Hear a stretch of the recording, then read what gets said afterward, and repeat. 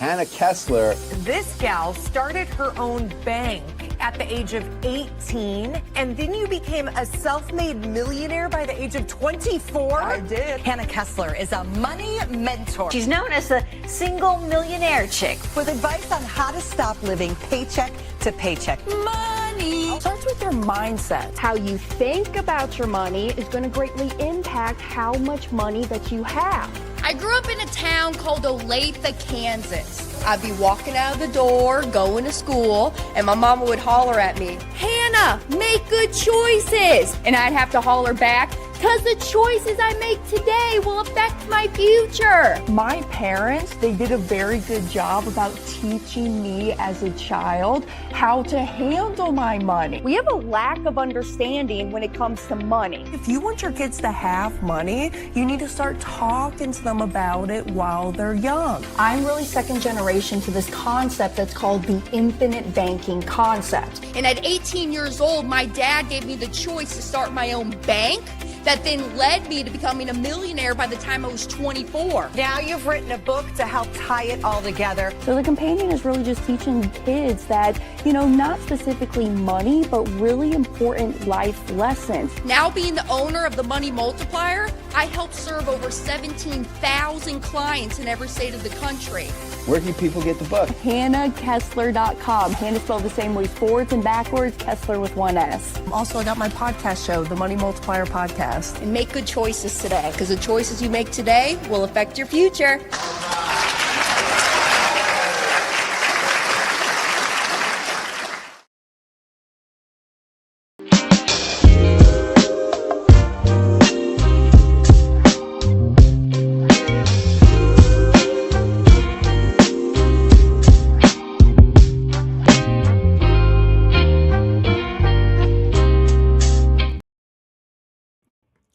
Good morning, my friends. Hello, hello.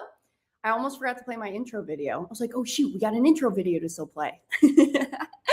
Hey, Mr. David, Dexter, good morning to you. Thomas, Mr. Thomas, we missed you in Tampa this past weekend, so I got to see you sometime this year. Annette, hello. And hey, Alfredo, just FYI, I sent you an email this morning. We got to connect one-on-one together, okay? And then Miss Misty, it's good to see you, pretty lady. It's been a little bit. Hey, I got to tell you, Misty, I was actually at the St. Pete RIA meetup. Eric Greenstein's group, they put that on. He wasn't there. He was down in Fort Lauderdale doing his stuff. He's actually doing like a house sale right now.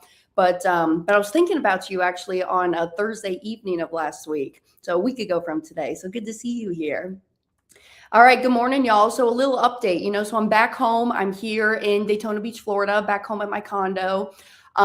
We just got done with the live Tampa event. That was a lot of fun. For my people who did come out, put it in the chat box. I want to know your feedback. And it was a good event. And to be honest with you, I learned a lot about myself through the whole weekend.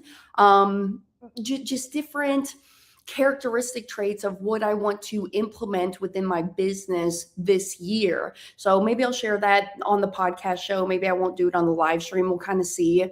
But I learned a lot, and we're still growing up. Okay. Growing up is weird being a 26-year-old, from experiences, meeting people, having different conversations, dealing with different personality types. You learn a lot.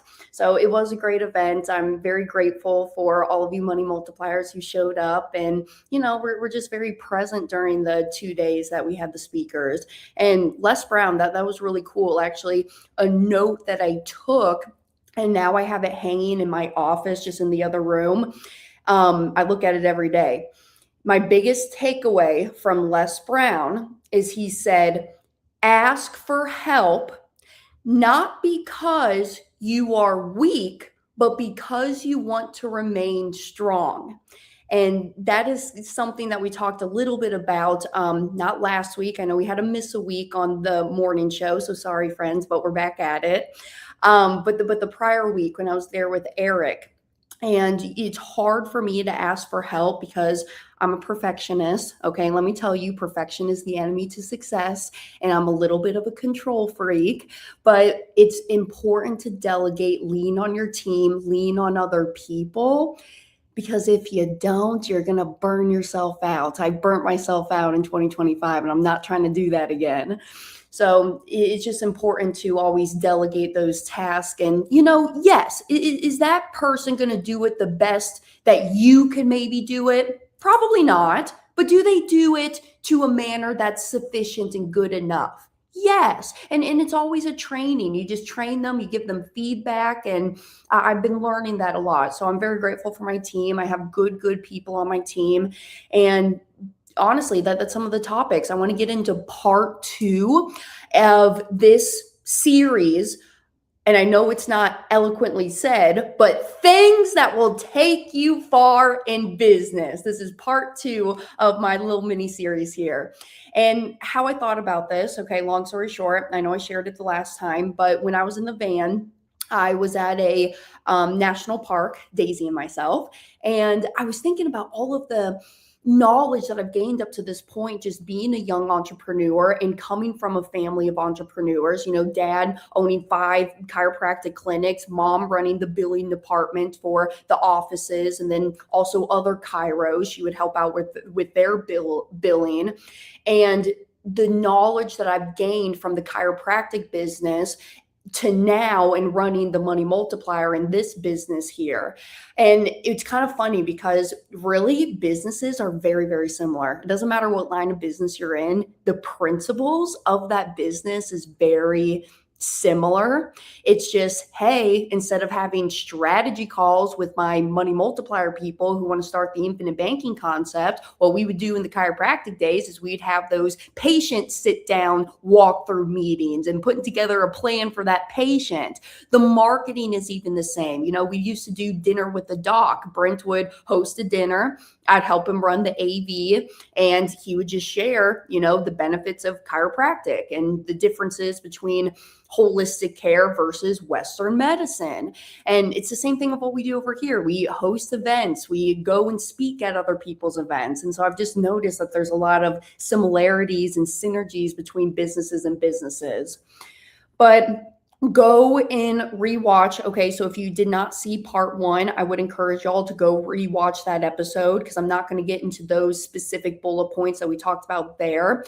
You can go and watch these replays on YouTube. If you look up the Money Multiplier or Hannah Kessler, they're on both of those channels. Or if you're a podcast listener, you want to see this just as audio, it's on all podcasting platforms, Monday Mornings with Hannah. So just a reminder too, I'm here every Thursday, 9 a.m. Eastern time, and come in and just chat with us. I'm always here. I want to answer questions with y'all. All right, but without further ado, let's get into it. A few bullet points of principles that will separate you from good entrepreneurs, good business owners, to great entrepreneurs and tremendous business owners. Starting off with bullet point number 1, lead with a good heart. Did you do the best that you could do? I'm going to shout out my mama here for a second. This came from my mom because, again, I'm a recovering people pleaser, recovering perfectionist. And sometimes I'll get down on myself and I will vent to my mother. My mom is my rock, let me tell you. And I'll vent to her and she's like, but Hannah, did you do the best job that you could have done? Did you perform to that best ability that you know that you could perform at? And if the answer is yes, that's all you could really ask of yourself. So we're always learning. We're always evolving as mentors, as speakers, as business owners, even as employees, right? You learn because of the experiences that are thrown at you and how you navigate those experiences. And that's what I always think, if you don't learn something the first time, God will put it right back in your life the second time. He's like, all right, well, you didn't handle it correctly the first time. I'm going to give you it again, right? Have you guys noticed that? I can tell you my dating life, I've noticed that. I haven't figured that one out. But really, did you lead with a good heart, and did you do the best of your ability? And if the answer is yes, that's all you can ever ask for. You learn from the experience, and then you move on from that. You can't dwell in the past, right? I mean, yeah, there's even some moments in my life where I get very anxious thinking about past times where I was like, oh shit, I really screwed up there. And I can't get anxious about it. I have to learn from it and then move on to be better moving forward. And then just going back to leading with a good heart. I mean, let me just tell you, okay, I said I wasn't going to talk about it here, but let's just talk about it. There are some people that you're going to jive with and some people that you're just not going to jive with, the personality types, the communication styles. But really, when I want to do my business, I only want to do business with good people who are leading from their heart space. You can actually feel that, right? When you're talking with people, you can feel it. And I know, like, as a woman, having and leaning into that women intuition that we do have, it has helped me tremendously. I remember back in October, I was speaking at Walter Amarillo's event in Orlando, Alchemist Nation.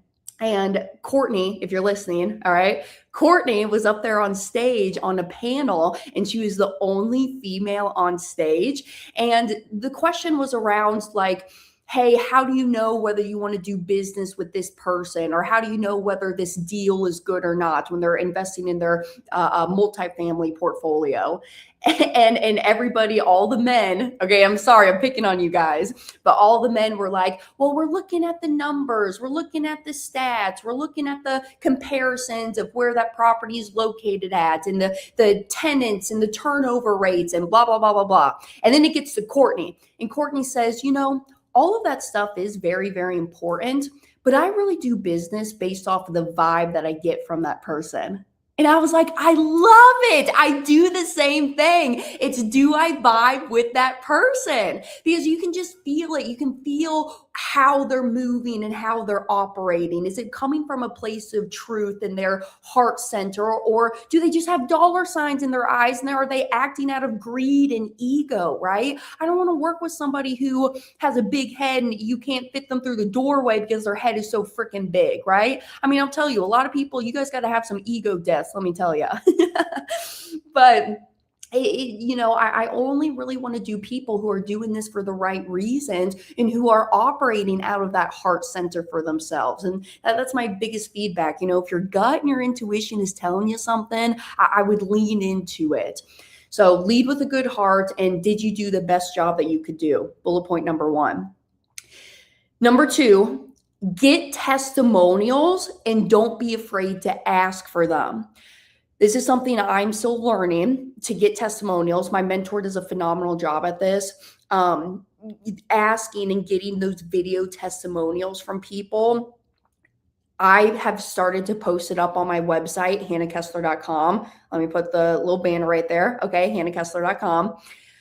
I have been asking for more and more testimonials as time goes on, because Brent Kessler has taught me, I'm not going to say this word for word, but it's along the lines of, people will not take your word for it. They're going to go look you up. They're going to look you up, and they're going to see what other people are saying about you.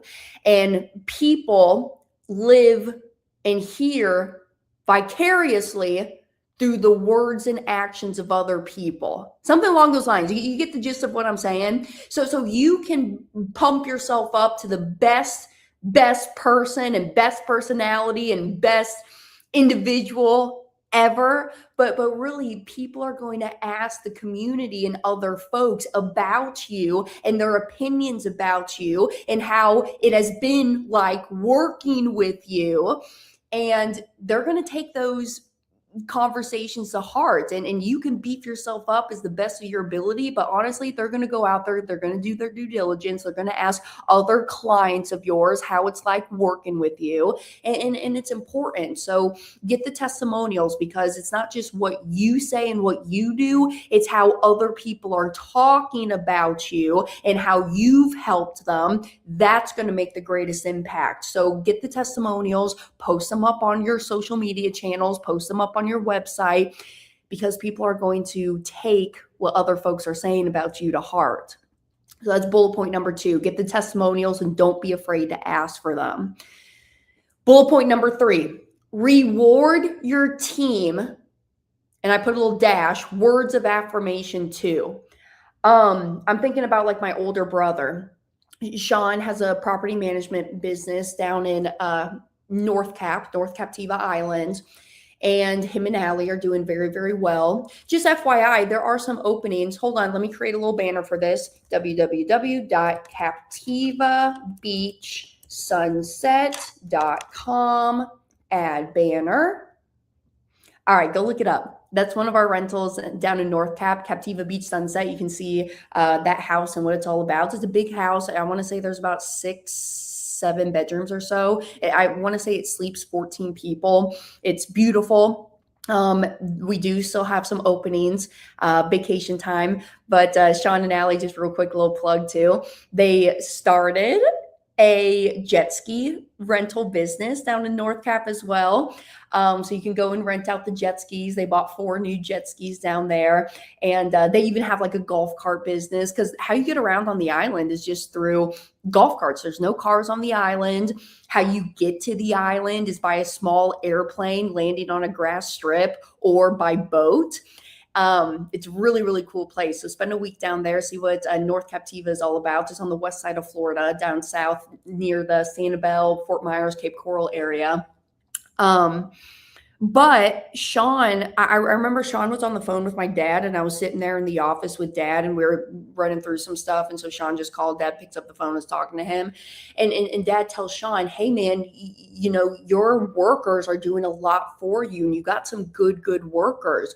What you should do is you should just hand them $100, a $200 bill out, you know, out of the blue, and just make sure that you're taking care of your good people, because it's hard to find good people, and it's hard to retain those good people as well.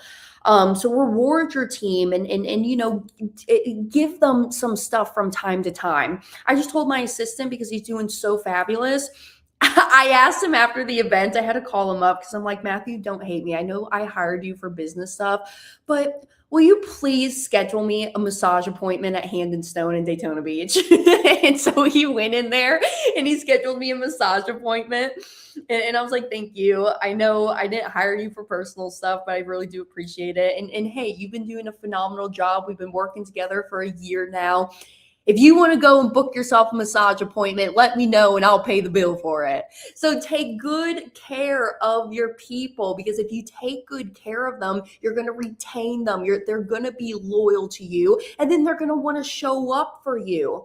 I hear a lot of stories from friends who are working corporate jobs and they hate their boss. Their boss is not there for them. You know what I mean? So take good care of your people, do things for them out of the blue so that they remain loyal, they stay, and they continue to do a good job for you. Because retaining good people, it's hard. It's hard to find good people in this world and day and age that we're living in. So reward your team, and in words of affirmation too. It's important, I think, to give reviews, annual reviews, or maybe even semi-annual reviews to your people. Give them feedback. Your employees want the feedback. They want to know if they're doing a good job. They want to know if they can improve in certain areas, and they really do value that feedback. And I feel like I do a good job on telling people, like when I'm talking with them, words of affirmation, but I know I can be doing a better job of doing reviews with people. That's why, you know, that the team leads on the application team and the implementation team. That's why they're there, because I'm a really shitty people manager. Okay. I'm good at doing the sales side, running my mouth, going on stages, teaching about infinite banking, but I'm a really crappy people manager. And that's why I hire out to have people who are better fits in those roles to manage and be the leadership of those teams. And they're having those one-on-one meetings with the people because, again, people want to hear the feedback. They want to know that they're doing a good job. So reward your team and words of affirmation as well. Real quick, I see some comments coming in. David was saying the event was amazing. Thank you. Oh, and Annette says, Tampa, it was a great experience. Would recommend to all, 100 stars. Thank you, my loves. All right, reward your team, words of affirmation. This kind of gets into bullet point number 4. Create a culture and stick to it. You set the tone for your company. Have you ever been in a business or a company where the culture there is a little meh, for lack of better words? You at the leadership level, you are the one setting the tone for the whole entire organization. So if you show up anxious, cranky, bitching, belly aching, having a bad day, your people are going to feel it. And it's important to have good culture so that we're creating a positive work environment. You know, I don't personally believe in a work-life balance as being a business owner. Okay. I know as W-2 people, you know, you kind of have that separation from work and life. It's like, okay, I clock in at 9 o'clock, I clock out at 5. And then once I clock out, I'm leaving the building, I'm done. I'll see you the next morning. Right. And there is a different mentality when it comes to business owners and employees. But as being a business owner, you need to create that culture and you need to stick with it, because there's been companies that have totally dismantled because leadership is not taking feedback. Again, I don't care where it is. Like, let me tell you this, and I've talked about this a lot with my mama as well, is that I don't see our company as being like a pyramid, if you will, right? You have your leader at the top, you have your executive team, you have your CFOs, blah, blah, blah. And then you have all the employees underneath of that, right? And you kind of think of it like as a pyramid and everything going to the top.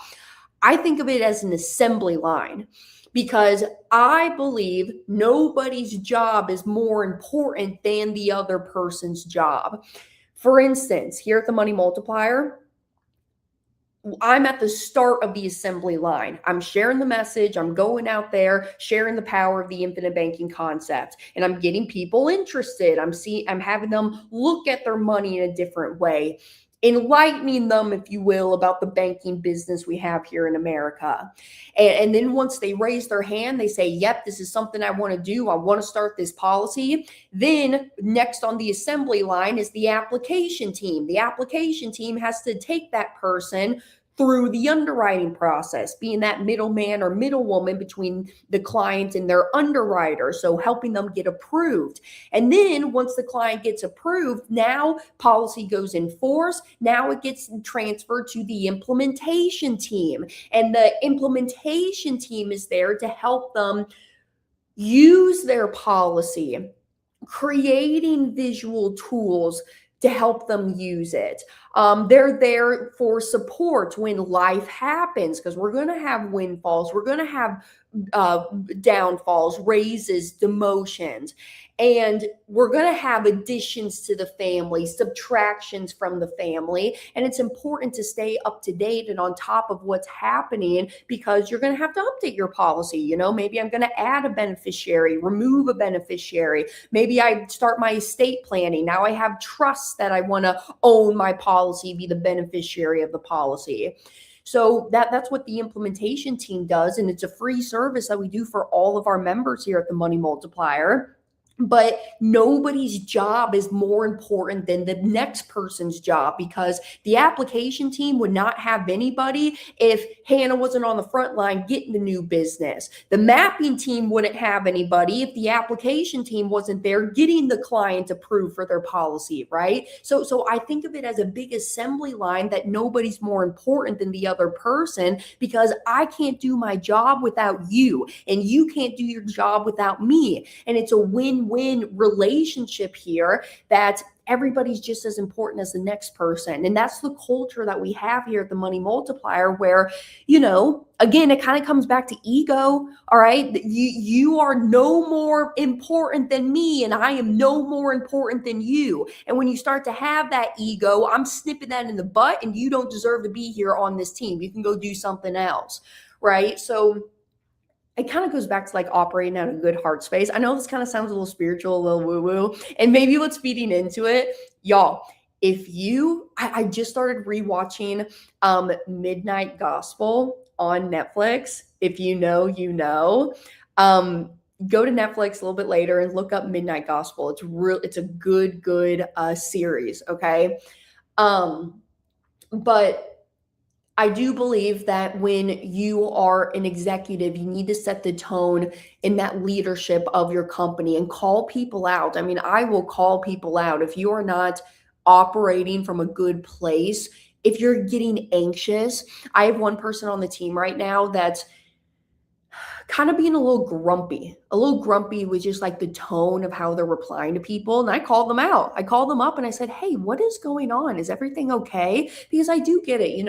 There could be aspects of their personal life that's kind of feeding into their work life. And so you just got to call and check in on your people and see, is everything okay? Can I help you in any way? You don't got to do all of this all by yourself.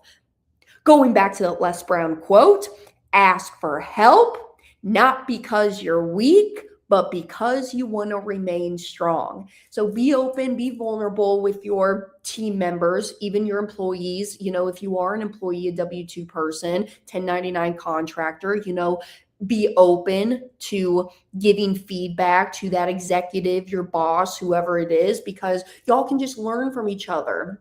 Right. And then if the conversation doesn't go well from one party or the other, then you just know that it's not in alignment. And then you also just break off and go do something else. Right. Because I can tell you, I do not want somebody showing up to work and being miserable. Okay. I don't want you guys to do that. I don't want you to just do this because, it's a paycheck. I'm just clocking in. No, you need to be passionate. You need to feel fulfilled with what you're actually doing. Because then what are you doing? You're just wasting away your time. And time is the only resource that you cannot get back. Money is going to come and go. But it's the time that you're never going to get back. And I don't want you to be working at a company for 40 plus years, absolutely hating it and hating your life. Don't do that. Okay. Okay, I'm sorry, I'm going off on a little tangent, but seriously, I want you guys to be happy. I want you to feel fulfilled, because then once you feel fulfilled, you'll want to do a better job at your business and whatever you got going on. All right, create a culture and stick to it. You set the tone for your company. I don't know if this is helpful, but y'all, over here, at the Money Multiplier, this is just all that I do. I'm just 100% the infinite banking concept, but people will come to me and ask about different investments, tax strategies, estate planning, business funding, business coaching, consulting. And, do I do that right now in my life? Yeah, but it's not something that I have a huge passion for, but I will turn you on to those people. So if you're thinking to yourself, Hannah, I need help with this, or I'm trying to get involved in residential assisted living investing, or I need help on tax strategies, or I need a business coach or a mindset coach, right? Whatever it is, just reach out to me. I can make those connections of people who I personally enjoy, who I would vet and stand behind. So again, just ask for help, okay? Because if you don't ask, the answer is always no. So ask for that help. And here, I'm going to put my email right here as a banner as well, hannah@themoneymultiplier.com. Reach out to me if you're needing a specific resource for something, and I can turn you on to some folks, okay? All right. Next bullet point, number 5, be open to feedback.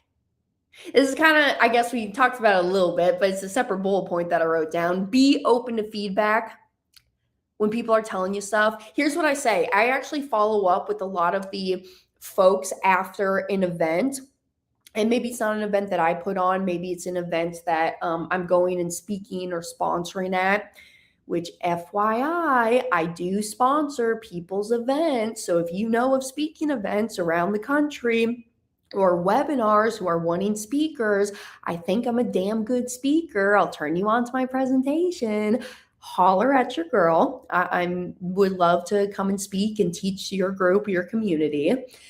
But anytime that I'm speaking at somebody else's event or webinar, I will call them up a few days after the event and I'll say, hey, so how did everything go?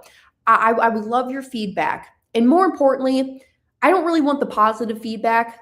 I want the negative feedback. Give me the negative stuff. Give me the constructive criticism and how can I improve better? And that would be my advice to y'all is ask for that feedback. And yeah, it's good to hear the good things, but I ask specifically what are the things that I can do better and I can better improve on. So ask for the feedback, be open to the feedback.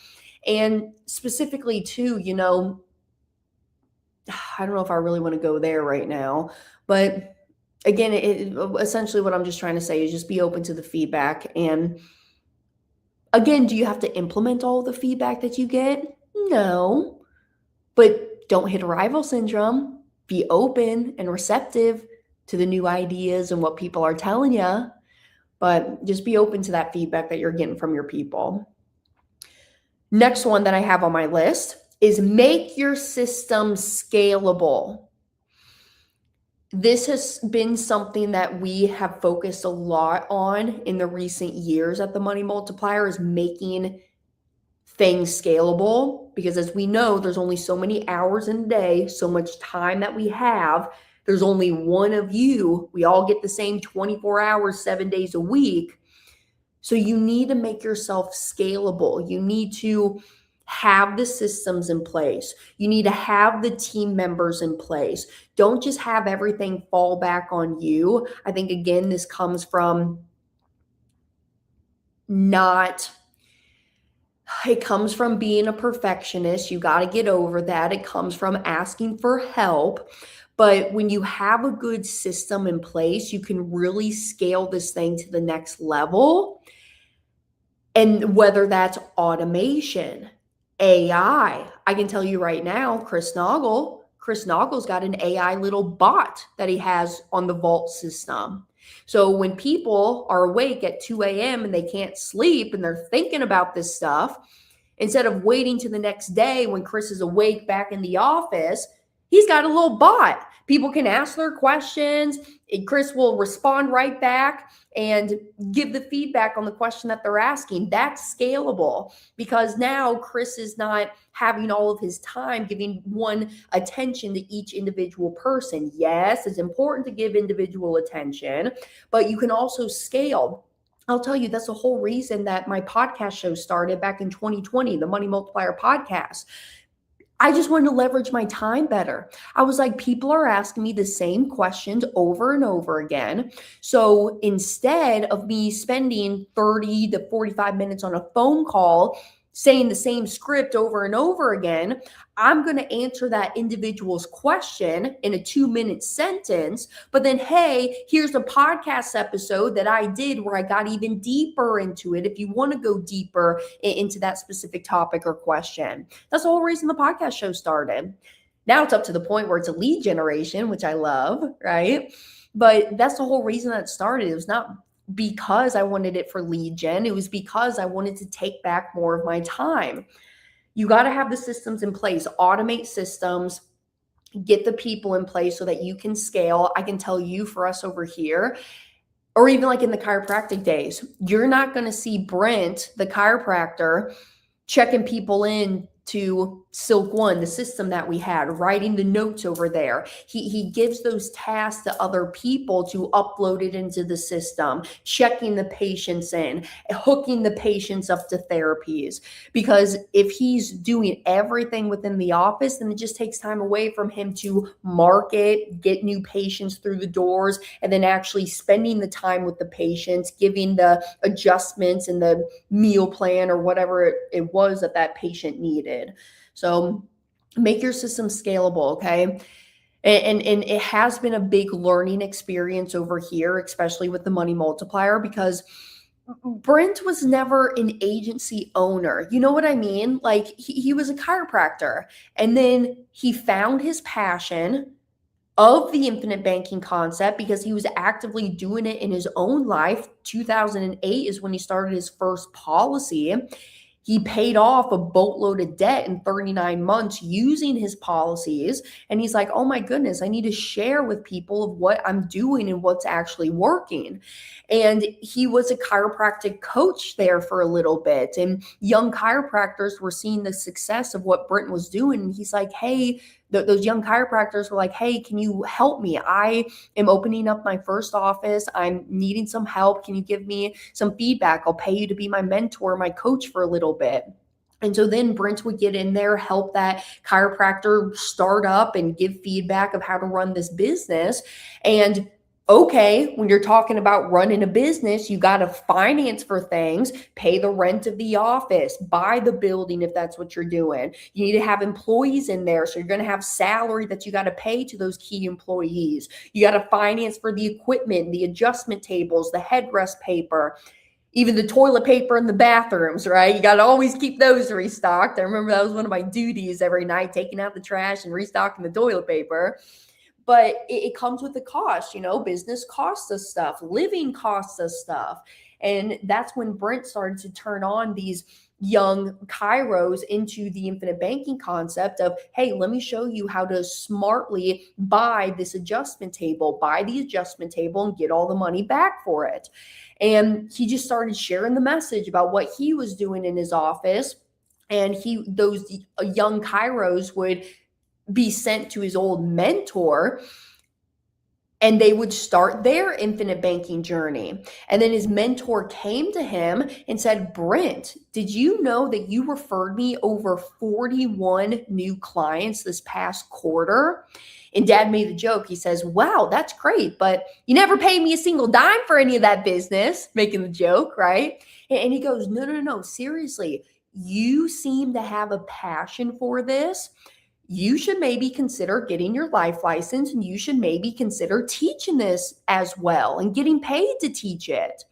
So that's when Dad got licensed in 2012. And he would follow his mentor, who was working alongside Nelson Nash. Dad would go do a lot of things that Nelson was doing with his mentor. And he would follow him around the country, seeing how he was putting on his live events, live webinars, and different things. And then his mentor passed in 2017. And that's when the money multiplier came about, was 2017, because hey, my mentor passed, that agency is no longer. I think I'm ready to start my own journey here. And when we started, it was Brent being the agent, Joe Nadeau on the mapping team, and Joe Sundemeyer on the application team. And it was just those three folks. And then I joined shortly after, like in 2018, maybe early 2019.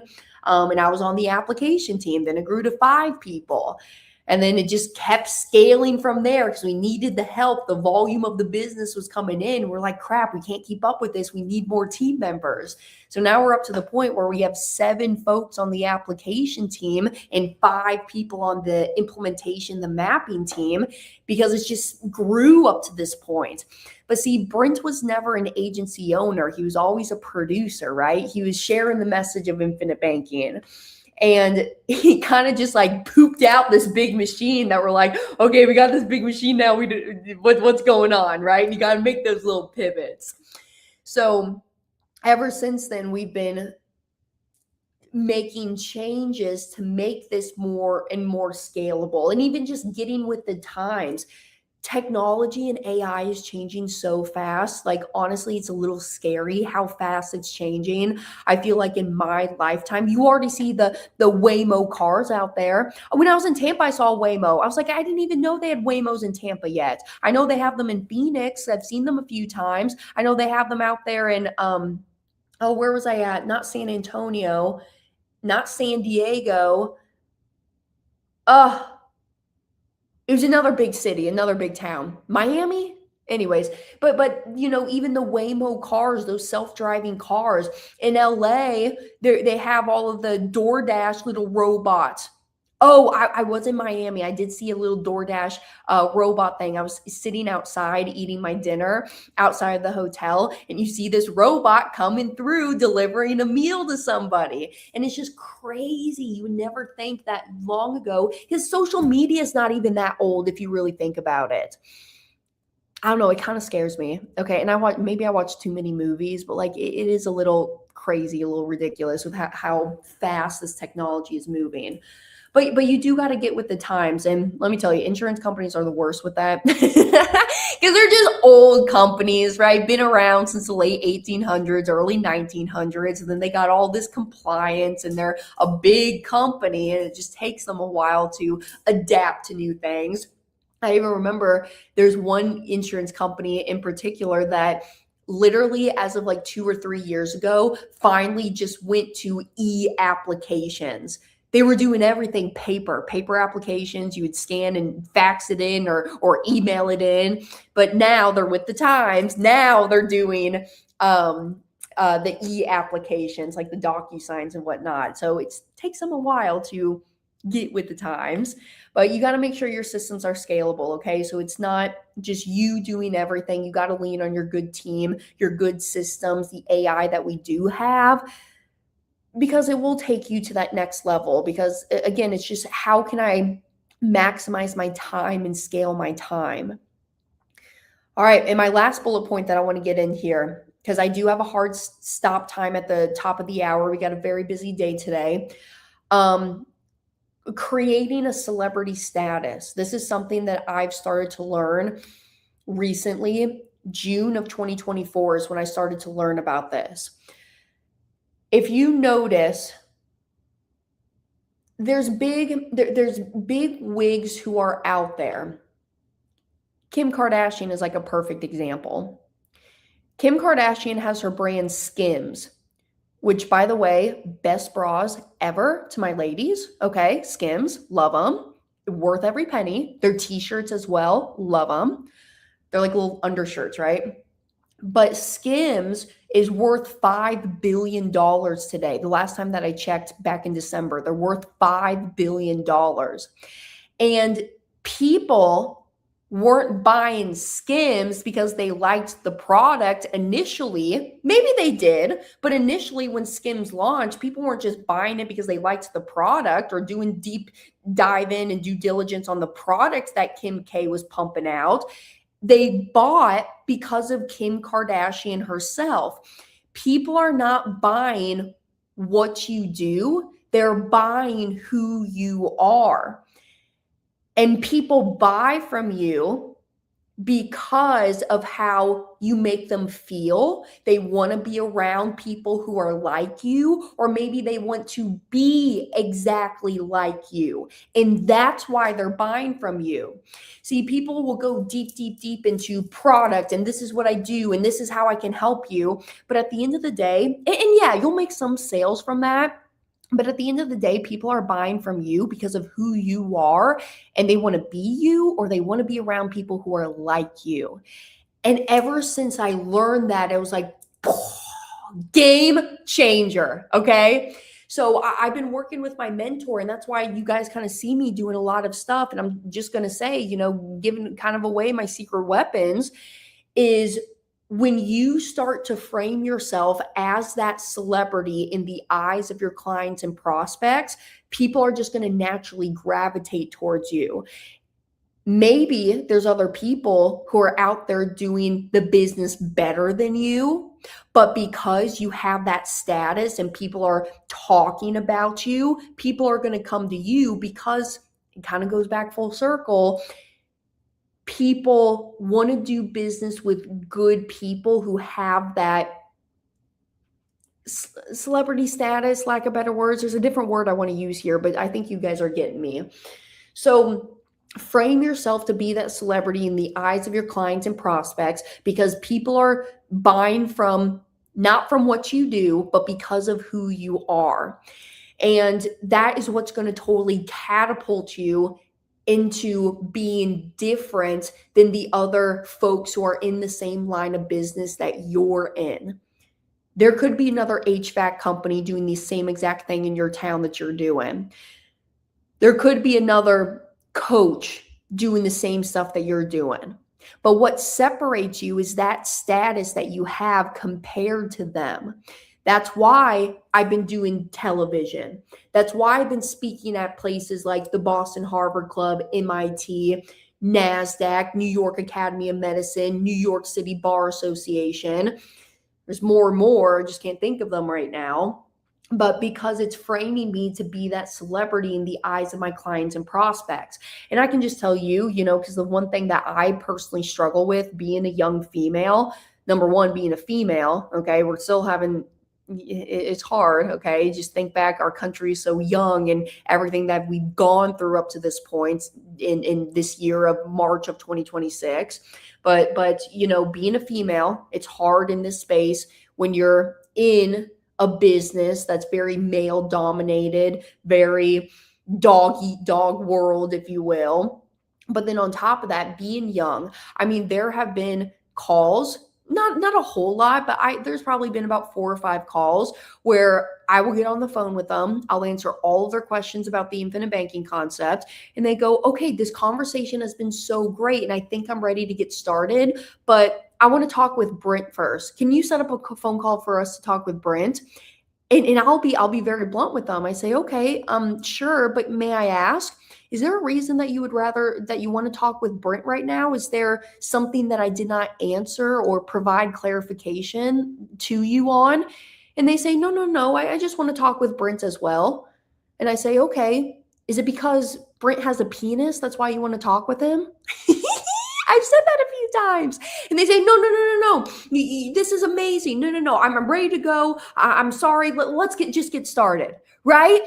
I don't know what it is. And I get it. And honestly, this comes from old men who say this to me that want to talk with Brent because they think that, oh, Hannah doesn't have the experience. Hannah doesn't have that many years on her doing this stuff. But then once I start to showcase, hey, I started my own bank when I was 18, got into real estate investing by the time I was 20, then became a self-made millionaire by the time I was 24. Once you start to explain that story, they're like, okay, there's something here to this. Yeah, you got the credibility. I'm ready to go do business with you. But you are going to have those people who don't value you as a woman. So to all my ladies out there who don't value you because of your age, they think of it as lack of experience, which, I mean, there's some truth to that, right? I mean, being 26 compared to my father who's going to be 59 this year, yeah, he's just got 30 more years of experience on my life. But he tells me verbatim, he's like, Hannah, you are not any smarter than myself, and I am not any smarter than you. It's just me. I got more experience. I got more life experience, and I get that, right? But when I'm starting to create this celebrity status around what I'm doing, it breaks down that mental that they have regarding wanting to work with me, right? So that has been game changer in my life, going through this mentorship, going through this coaching that I've been doing. And I mean, hey, if you want me to turn you on to my mentor, I love him. They have just completely changed my life. And I'll tell you, it did not start off like this. Quite honestly, I didn't like him at first. I didn't like him at first.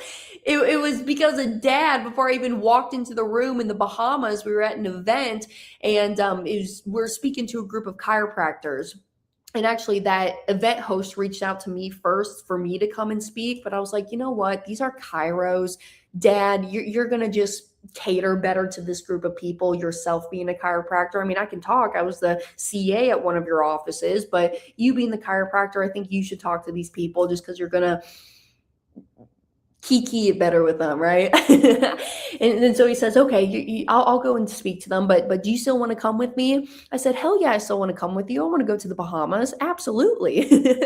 So we go down there, and before I even walk into the room, Dad has already signed me up for this $25,000 coaching program. And I'm like, oh my God, dude, what did you sign me up for? I'm already so freaking busy this year. And I was talking to the guy, and I liked him. I liked him when I was talking with him. but there were just some things I'm like, I don't know if I really like this about you. But as I've grown to know him deeper and deeper, I get him and I get his vibe and I really vibe with him. Like, you got to have some people in your life that are going to give you that tough love, not from ego. Okay. I'm so freaking over ego this week. Let me just tell you, that's why I keep bringing it up. But not from a place of ego, just from a place of experience in that tough love aspect. Okay. And it wasn't from a place of, being manipulative or breaking me down. It was nothing like that. It was just the tough love of things that I needed to hear, that I just wasn't being honest with myself that I needed to hear it. And the first mastermind training that I did with him, he actually made me cry. He pissed me off so much that he made me cry. But after we got over that hurdle and we sat down and we were talking, it's been amazing. Now I've been working with them for going on 2.5 years now, and it's just been a game changer. I've just really been loving the stuff that I've been doing. I've learned a lot as a business owner, as my own person. So if you want me to turn you on to my specific mentor itself, send me an email as well. I'm going to post it up again, hannah@themoneymultiplier.com. I'll make that connection between y'all. But anyways, it's been fun. Those are some of the topics. And I bet I have more in my little noggin. I just can't think of them right now. But those were all the topics that I had written down of part one and part two of things that will take you far in business. And as I continue to learn more and more, I'll be bringing this. Maybe we'll do like another webinar series kind of like this. But 2 things I want to leave with y'all. Okay. Here's kind of the direction I want to go this year.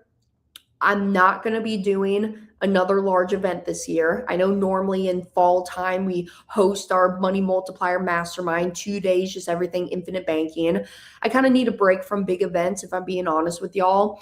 But Noggle and I have been talking about doing like a 3-day virtual session. Okay. So doing a webinar in the fall time of our mastermind event. I really want to go into the space of close, intimate mastermind groups.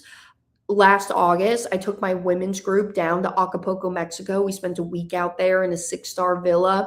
Butlers, housekeepers, massage therapists on call, the chef every single day. I mean, it was amazing.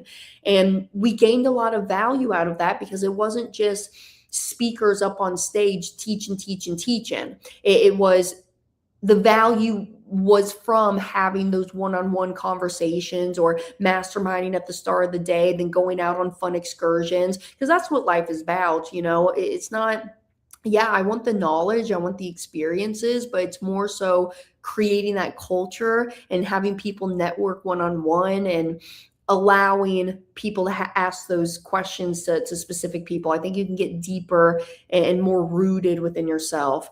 So I really want to I want to do another Acapulco thing, Roatan. Okay. That I've been looking at Roatan. Roatan's pretty cool. Actually, my father's thinking about buying a condo out in Roatan. Belize, heck, I would love to go back to Thailand.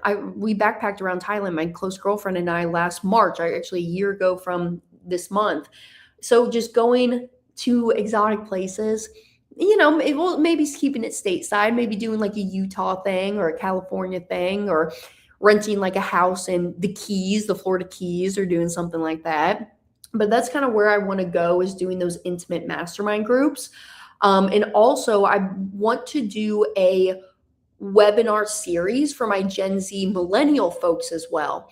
I have a lot of people from teens, like 16 to about, I think I'm going to cut it off at age 30. Maybe I'll push it to age 35, but like 16 to 35, getting together and doing a mastermind meeting, and maybe doing these things quarterly, just like a Saturday morning, starting at 9 a.m. and going to about 1 o'clock, and just adding value to my generation and the millennial generation. That's something I've been really, really thinking about, and I think really what I want to do as well. So that's the direction that I'm moving in, but I'm not slowing down on speaking. I'm going to continue to stay on stages and do webinars, do different podcasts. So again, if you know of events happening, holler at me. I'll sponsor the event, or I'll come out there and just speak for free. And I think last topic on things that will take you far in business. If you have not read this book, Becoming Your Own Banker, you need to read the book. You need to reread the book if it's been a little bit. And here's what I will offer to y'all. I have copies here that I will ship to you. Again, send me an email, Hannah@themoneymultiplier. I will ship you copies of Becoming Your Own Banker. I charge $30, and that includes the shipping. $30, I'll ship the book to you. But here's my requirement. You have to read that book in a month. I'm going to follow up with you. You got to read this book in 1 month. And if you don't do it, then this offer does not stand. But if you read this book in a month, and I'm telling you, it's only 90 pages. Look how thick the book is. Okay, seriously. If you read this book in a month, and if you believe that this is the worst read that you have ever done in your entire life, you're like, Hannah, that is the crappiest 2 hours that I've ever spent in my life, and I totally pissed away my time reading this book. If that's how you genuinely feel, I will refund you the $30, and I will also donate $100 to your favorite charity in your name. That's how passionately that I believe that this book will completely change your life. It has completely changed my family's life. It has completely changed my life. And I'll even turn you on to other people of lives that is totally, completely changed. I'm going to leave y'all with this. As Nelson Nash says, you want to be in 2 businesses in your lifetime. The first business is the one that you're passionate about. Supports the livelihood, supports the family, gets you up out of bed every single day. The second business is the banking business, the business that finances everything throughout your life. And that's what we're here talking about, is the banking business and how you are financing your life. Okay, I know I got some comments coming in, but I do got to go. It's the top of the hour here. I will be back next Thursday, 9 a.m. Eastern time sharp. And until then, make good choices today, because the choices that you make today will affect your future. Mwah. See y'all later.